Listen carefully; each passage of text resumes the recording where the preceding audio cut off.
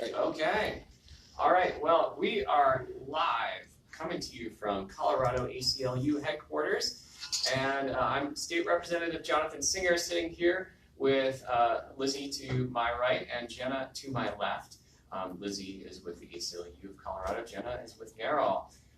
A lot of you, hopefully, if you're not out protesting right now, a lot of you who might be having a lunch break right now or are watching this at a different time, we're just going to put this out there right now in terms of any kind of trigger warning. We're going to be talking about reproductive health. That may include medically accurate information. And so if that's something that you feel like you're uncomfortable about dealing with right now, then feel free to tune out or watch at a later time.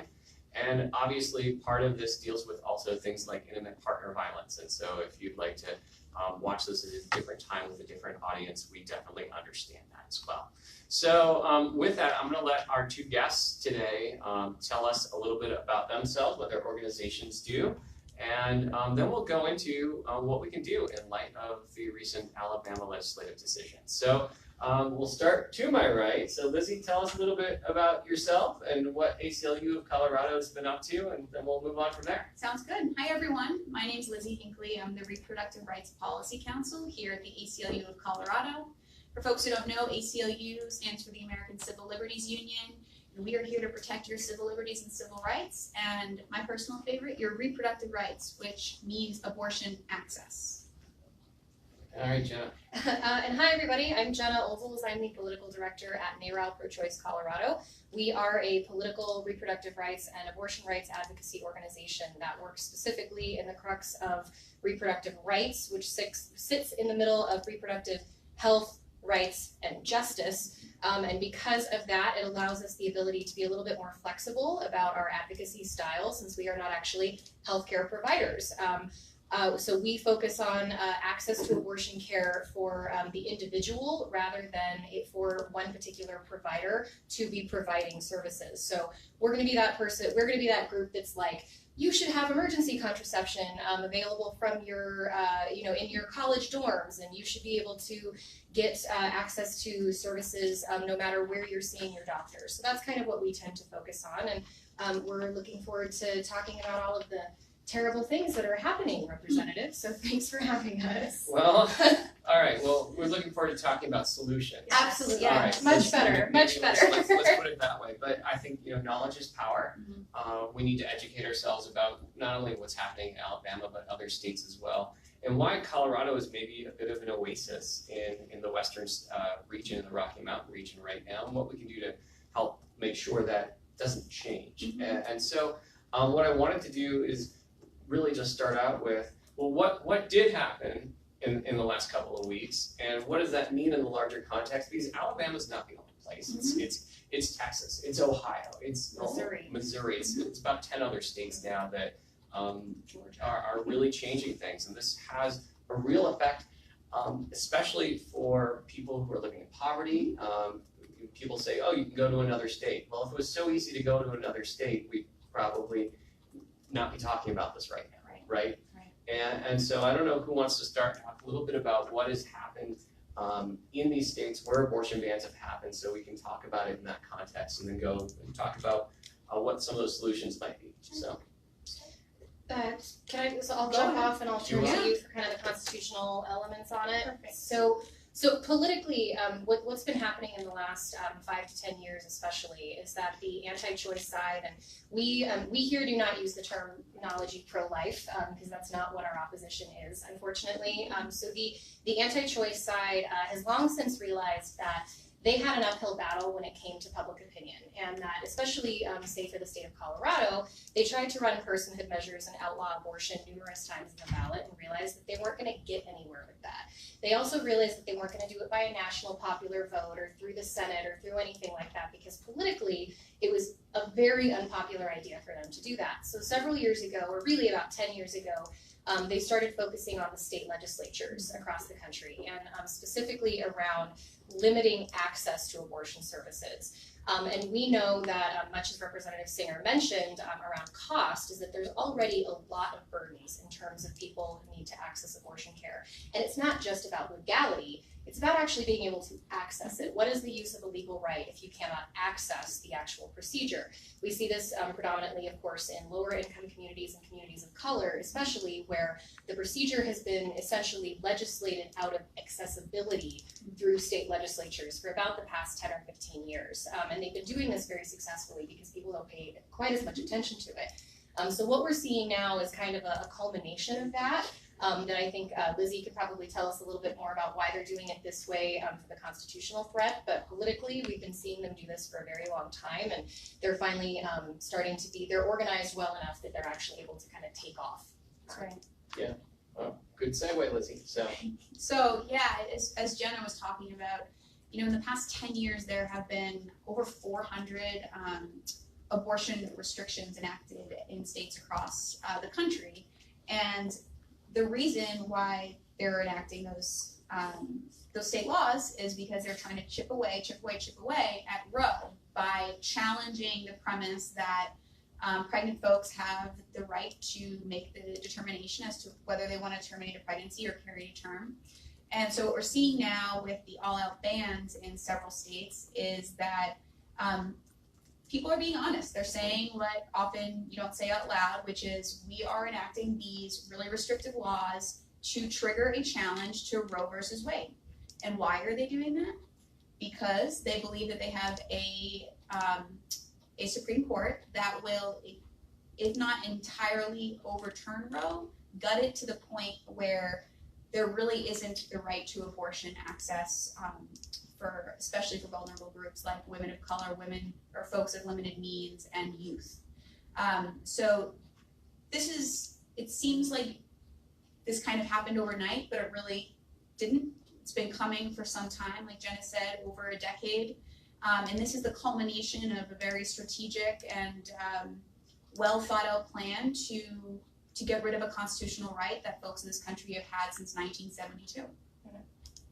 And so just to clarify a little, so when you make those, so if and when these bills pass, and obviously in a couple of states they're definitely going to pass, we believe that there is obviously that there will be legal challenges to this that will of course bring it up to the Supreme Court, which Lizzy of course touched on a little bit, but for folks that aren't too familiar with the processes on how that works, that's basically what would happen is the bills would get challenged in court and they would move up district courts until they reach the Supreme Court, and as lots of different organizations that we work with have been fighting against these Supreme Court nominees the past couple of years.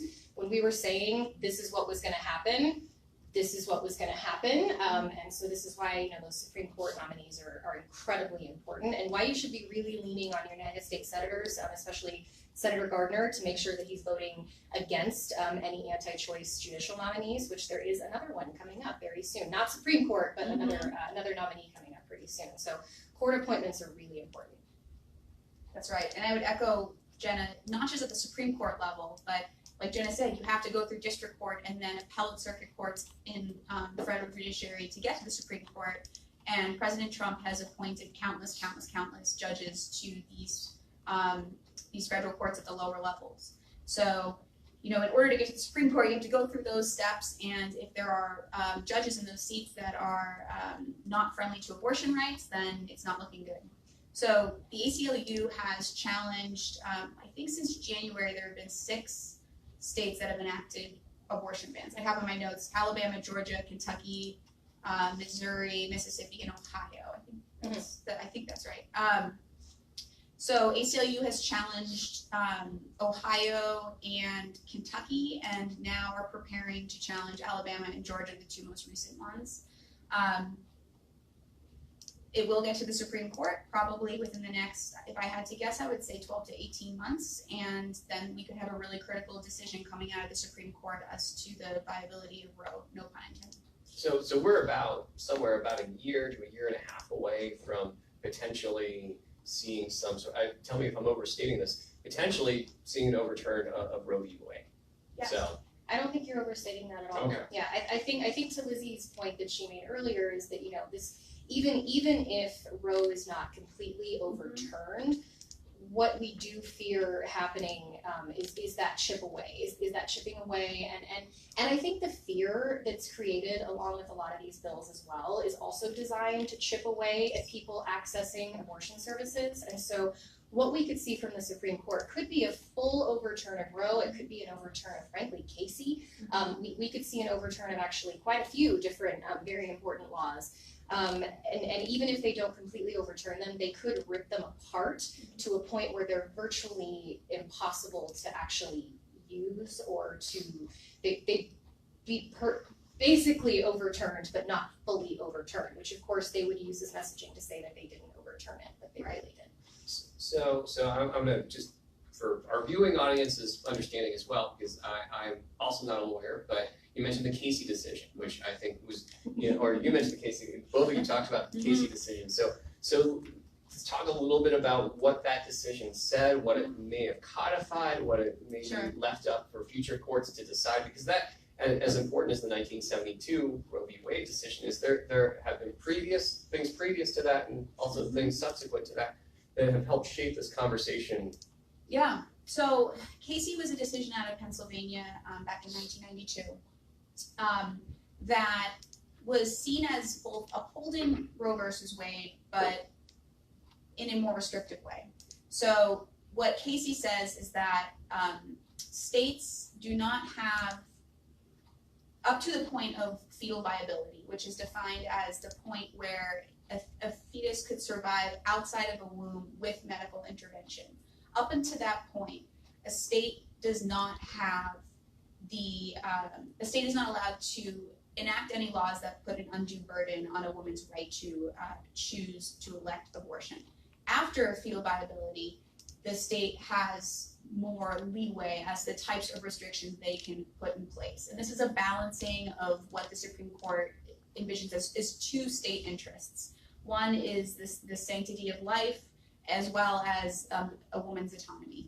So Casey defined that viability framework, as well as the undue burden test that courts have been interpreting from then on. So when an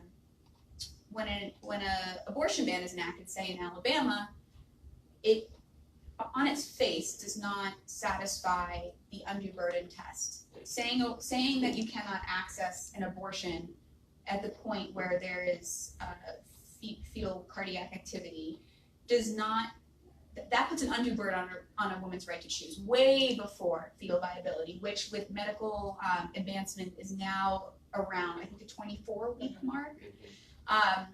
So laws like that are clearly a violation. So there's no questioning as to what the tactic is there, the strategy.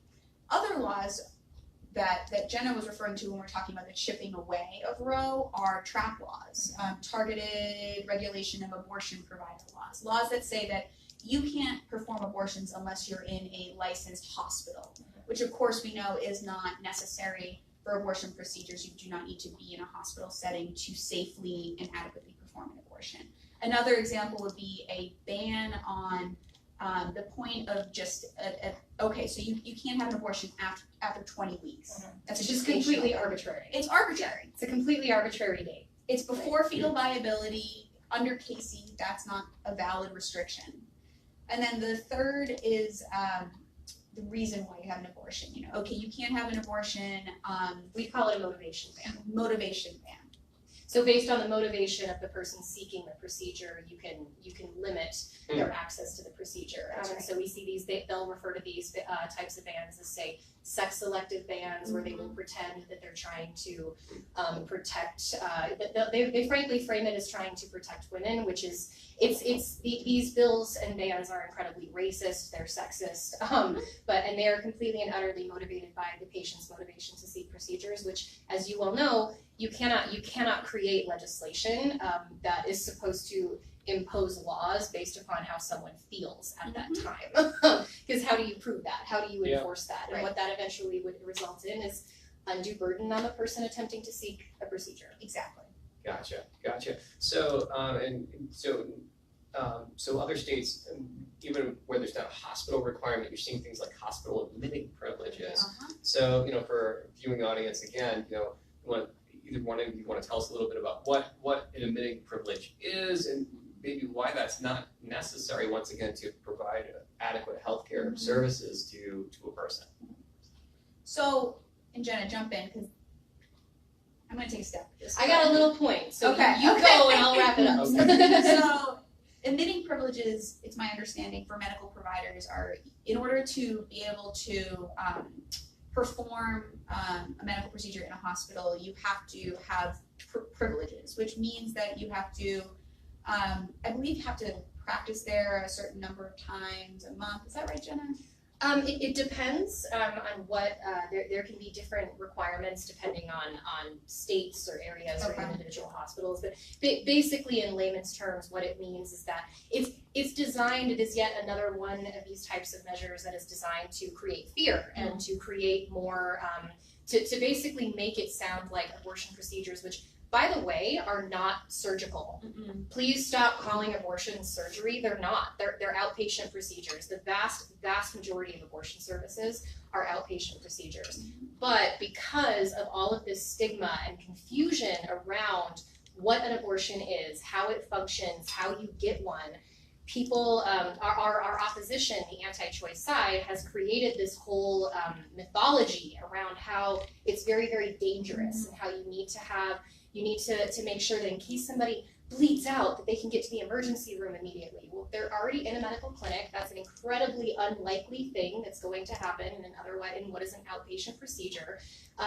Basically, they want to impose regulations on abortion providers, much like Lizzy mentioned with trap laws earlier. They want to impose regulations on abortion providers that scare doctors into practicing. It also forces, a lot of the times, admitting privileges must be given so if you're a doctor working in a clinic and you need admitting privileges, you will be given a list of rules as to what that means. Does that mean that the hospital that you have to have admitting privileges with, which basically means that there has to be an ER there, it's a little bit more complicated than that, but for the purposes of this conversation, that's kind of what it is.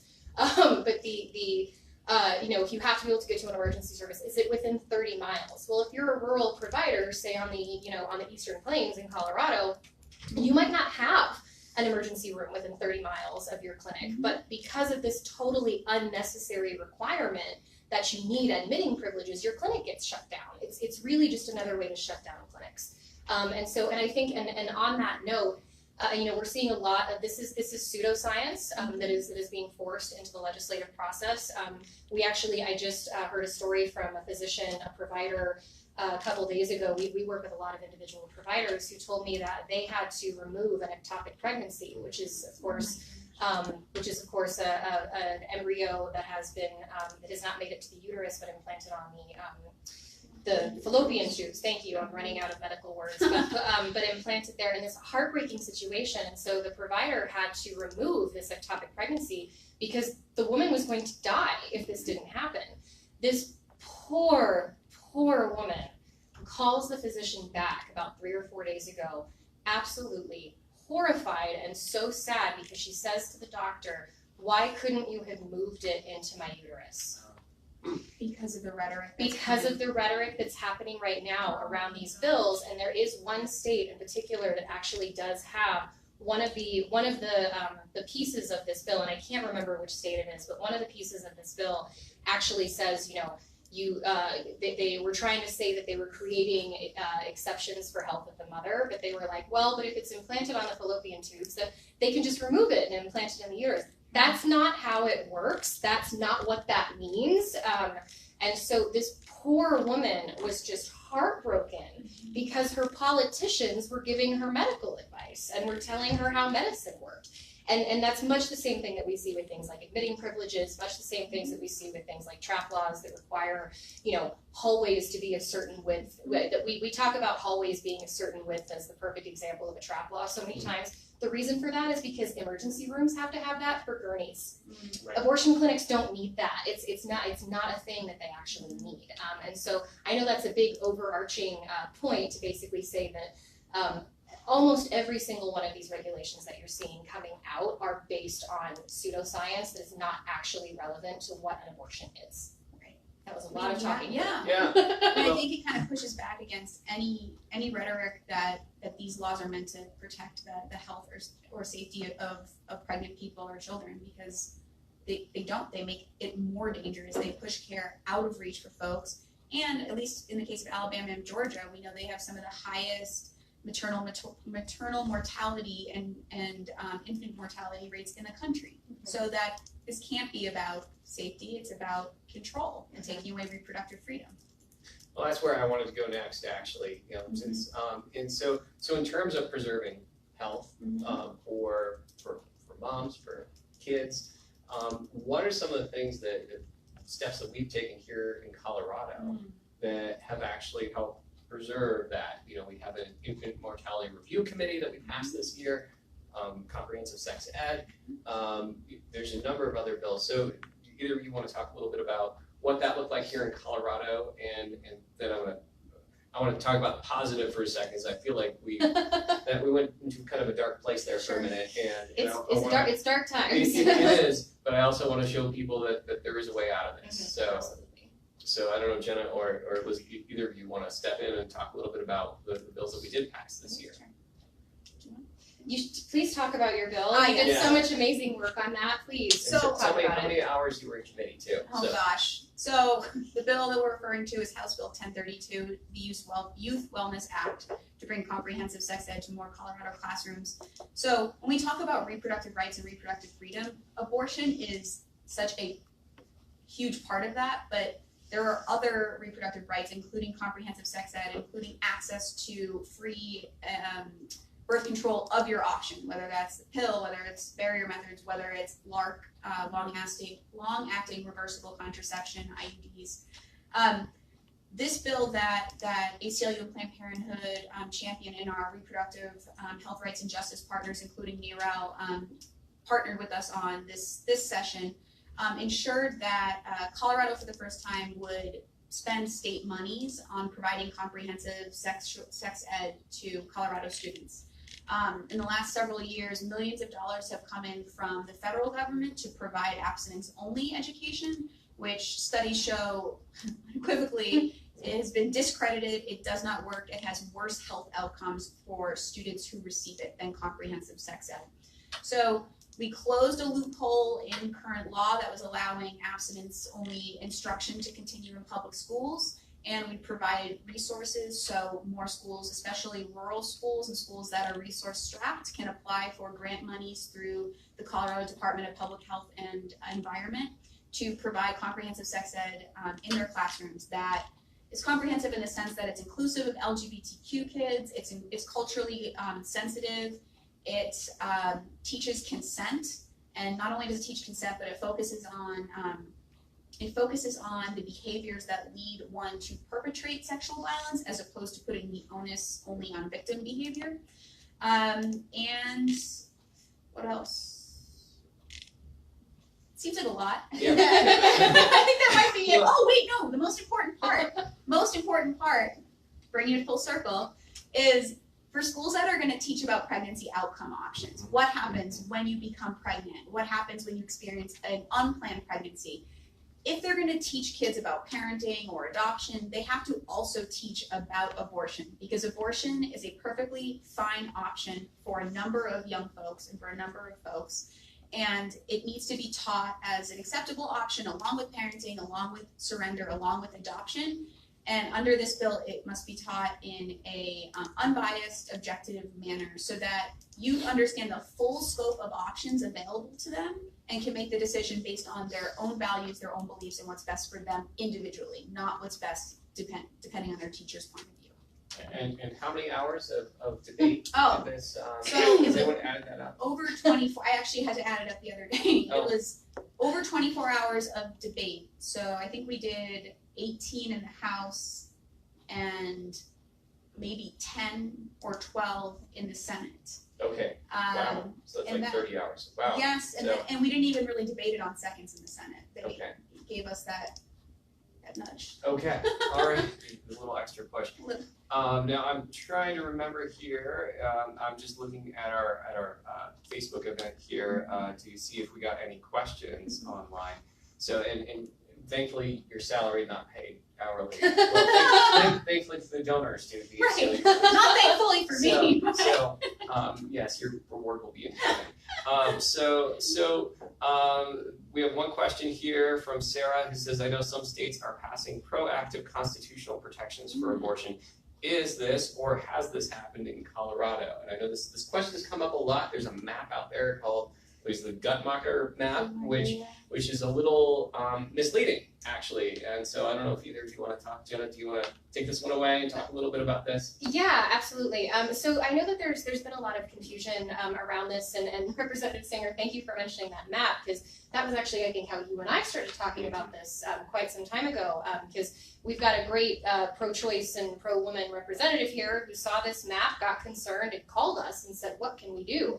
But the thing that's actually confusing about that map is that if Roe v. Wade were to go away magically tomorrow, which that's not, I mean, there's no Supreme Court decisions coming out tomorrow, so it's not necessarily a thing, but hypothetically, if it were to go away tomorrow, abortion providers in the state of Colorado would be able to continue to provide services.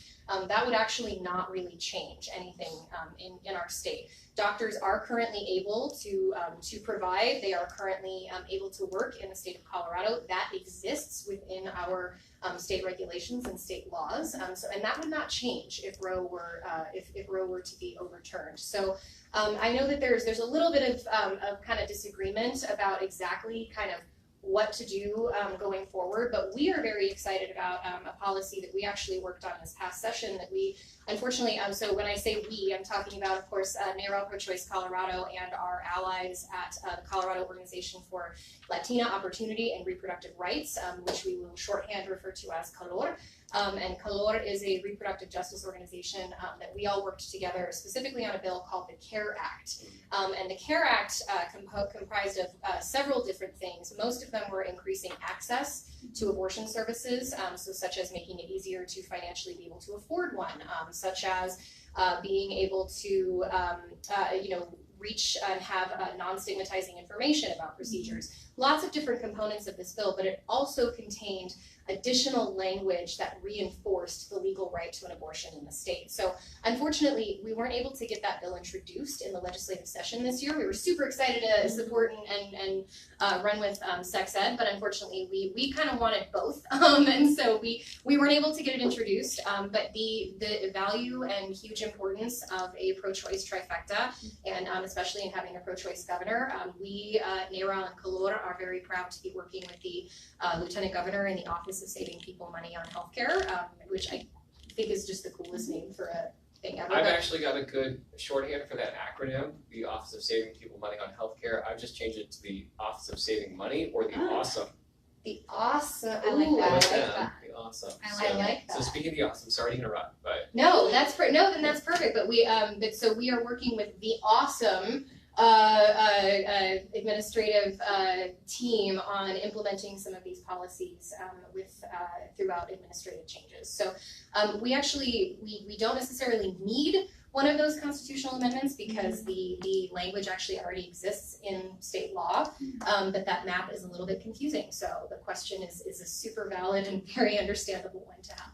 And Lizzy, is there anything you want to add about that, just on the constitutionality aspect? That's kind of your area of expertise.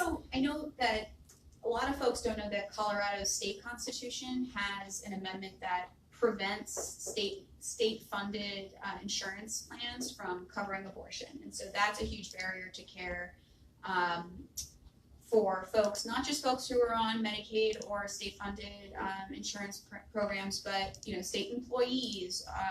Last year, we got a call from a medical resident at CU who was wondering why she had to pay out of pocket for a medically indicated abortion that she had to have.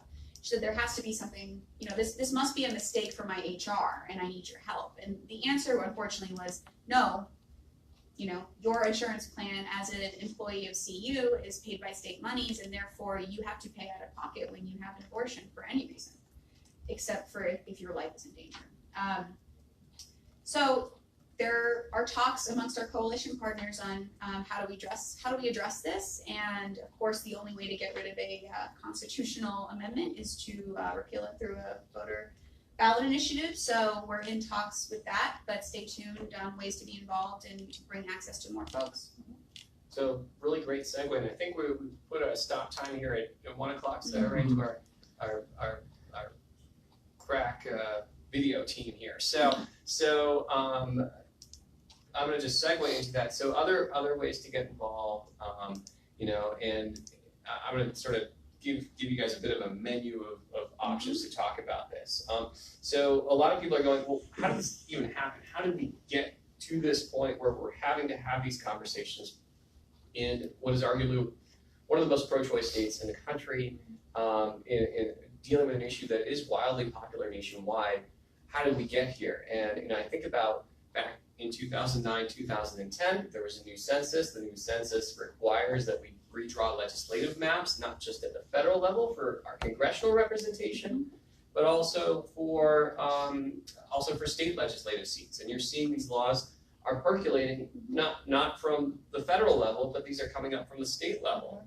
And so, I always tell people, that the price of democracy is eternal vigilance, right? And it's not my words. It was attributed to Thomas Jefferson, and I'm sure some other folks too. But there were people that didn't vote in 2010 that may have voted in 2008, and that means that we have state legislatures that are overwhelmingly conservative right now in states that are swing states. North Carolina is one example of that. Yeah. And so on top of that, when you talk about comprehensive sex ed, those are decisions made by local school boards. Yep. Once again, locally elected people that make those decisions. When we talk about access to reproductive health, my city of Longmont, can choose to not donate, but grant money to certain healthcare organizations or not. And that has become, unfortunately, a political football in other places. And so you've got all these different options, right? We might go to the ballot with something in terms of a constitutional amendment. We might do something at the state legislative level because, well, we talked about some of the good bills. There were a few bad bills that would have looked a lot like Alabama. A lot like Alabama. You just didn't hear about them because they were killed. Yeah, we had one that was actually worse than what the Alabama law was. No that came up this year. No exceptions for anything, and these bills come up every single year. Yeah. So with that being said, what are some of the activist steps that people can take to get involved, either through your organizations? I know ACLU usually doesn't endorse in legislative races or city council or school board or these things, but in those cases, what are the top two or three things you would want someone to be able to know about? We'll put links in the comments section so people can access it later. Great. So actually, I'd be happy to. I actually have a little blurb with some links. I'll be happy to post into your comment section once we're done, and I can get on my phone and do all of that. But obviously, we talk a lot about local elections, and Representative Singer is completely right. But the other thing that I really want folks to know specifically about this issue is that the groups that are on the ground in these states, and particularly in the southern states, they have been doing this work for a really long time, and they need support and they need help. They don't need people paratrooping in to come in and save them. They need you to write them a check, frankly. Spark Reproductive Justice down in Georgia has been doing absolutely incredible work. If we could get them an additional $50,000 this year, they'd probably hire another organizer and be able to do more work. So think about organizations that are already doing this work, specifically on the ground in these states, and support them. It's awesome to send support to national organizations. If you're doing that, I'm not saying stop, that's great, but there are local organizations that really need that help. So in addition to voting in your local elections and being aware of that, I would also look at your local organizations. And on top of that, an even bigger one is frankly supporting abortion funds directly. There is a group called the Yellow Hammer Fund, which exists down in the South. I believe it's focused in Alabama specifically. And they, so basically what they do is they take donations and they work with clinics and they work with patients and they help to provide funding for women that are seeking services. As Lizzy mentioned, Colorado has a public funding ban, meaning that Medicaid dollars are not allowed to be spent on this, which basically means that lower income women are not able to access procedures. Abortion funds like the Yellow Hammer Fund specifically combat that.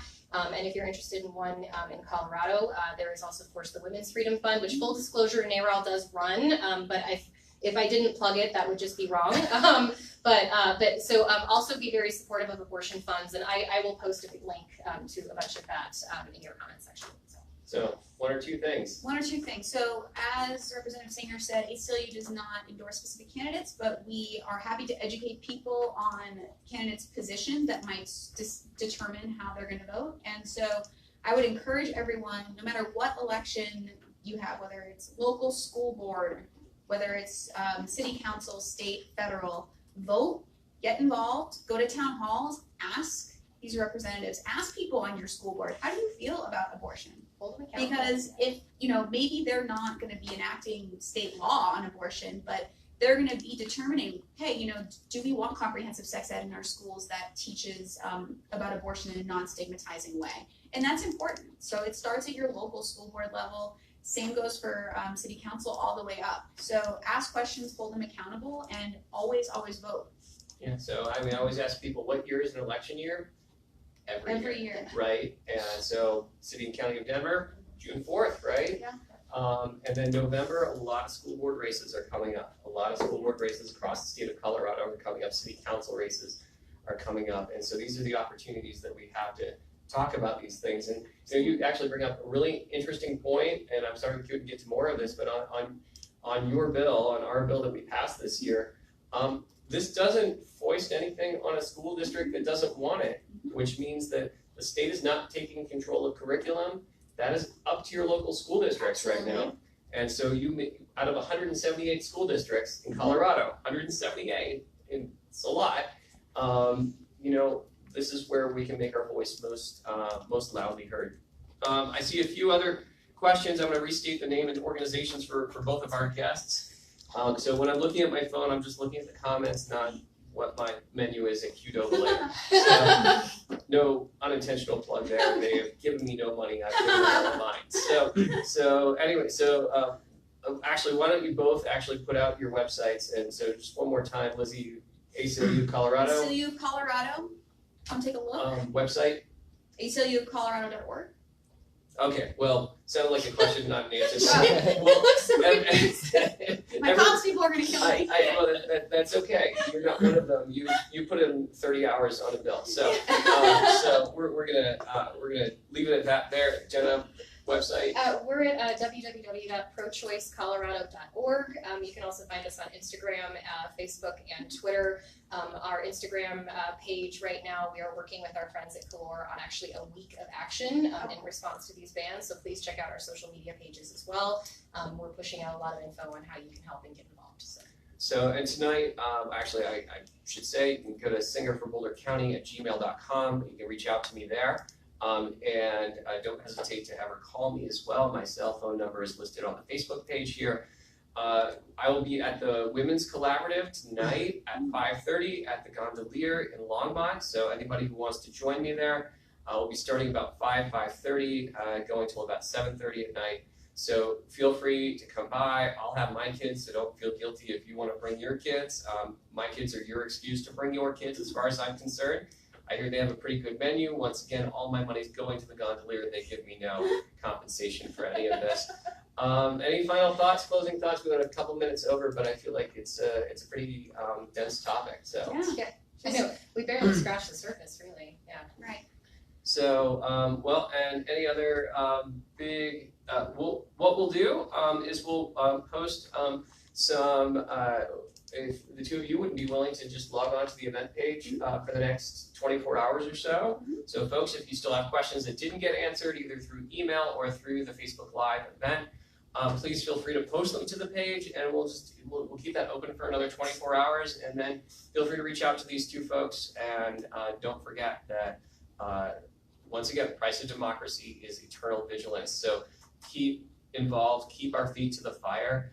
And we're doing okay in Colorado. We're doing okay. We can do better. We can do better. We can do better. We can do better, especially with who's in control right now. But we're not in Alabama. And so I guess if that's the bar, we're not in Alabama. I don't want people to think Aim that. higher. Right. I get these emails that when Alabama passes something that they think it affects Colorado too. Sure. Yeah. And it does in the sense that we'll probably see more people visiting our state now.